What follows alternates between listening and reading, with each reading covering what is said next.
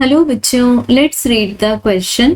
A force time graph for a baseball struck by a bat is shown in figure. Match the following columns. So बच्चों, यहाँ पर हम इस question को refer कर सकते हैं 11th NCERT part 1 page number 96 पर. सो कॉलम 1 में गिवन है हमें कुछ ऐसी फिजिकल क्वांटिटीज जिनके न्यूमेरिक आंसर्स हमें कॉलम 2 की करेक्ट एंट्रीज से मैच करके चूज करना है. इन चार में से एक राइट आंसर. तो कॉलम 1 में एंट्री ए में हमें फाइंड करना है इम्पल्स. अब यहाँ गिवन है हमें ये अटैच्ड ग्राफ जिसमें y एक्सिस पर शोन है force in newton and on x axis time in second. So बच्चों, यहाँ हम देख सकते हैं कि 1 सेकेंड तक 0 सेकेंड से 1 सेकेंड तक फोर्स 0 है.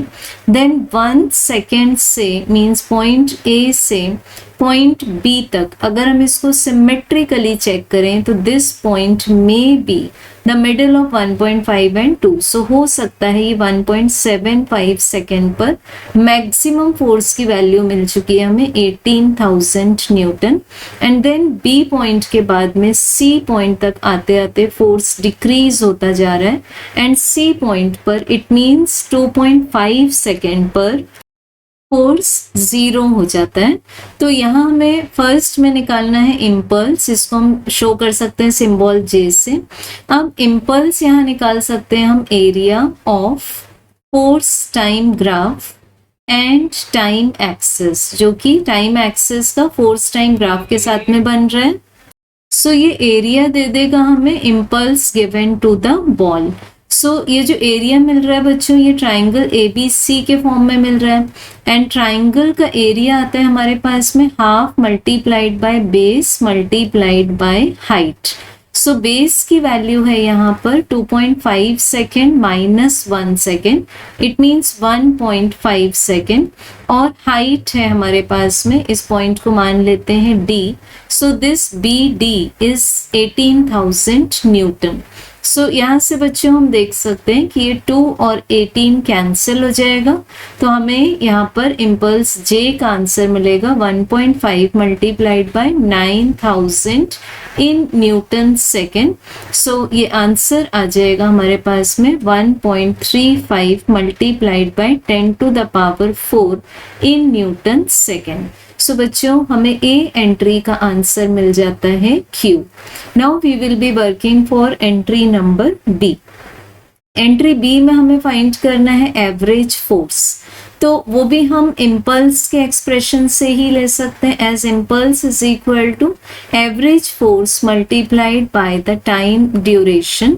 सो we can have the average force equals to impulse divided by the time duration.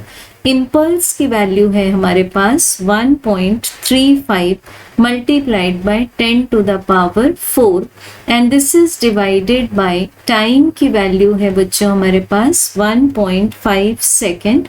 सो इसका आंसर आ जाएगा 9,000 न्यूटन.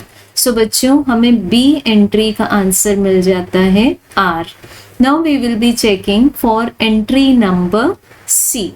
सो एंट्री C में हमें फाइंड करना है maximum force on the ball in newton. तो मैक्सिमम फोर्स हम ग्राफ से ऑब्जर्व कर सकते हैं कि ग्राफ का जो पीक पॉइंट है this is depicting the value of the maximum force. So हमें मैक्सिमम फोर्स का आंसर मिल जाएगा 18,000 न्यूटन. सो हमें C का आंसर मिल जाता है P, बिकॉज यहाँ यूनिट तो बताई हुई है. तो अभी हम लोग रिकॉल करते हैं. A का आंसर हम लोगों ने फाइंड किया था Q. Okay, answer for A was Q.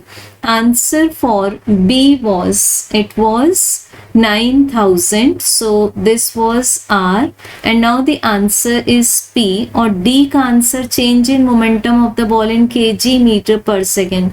So as we know, the change in momentum is equal to the impulse provided, because change in momentum means होता है mass multiplied by the change in velocity and impulse means force multiplied by the time interval. So हमें change in momentum का answer भी same वही मिलेगा जो कि impulse given का है. So which is 1.35 multiplied by 10 to the power 4 in kg meter per second.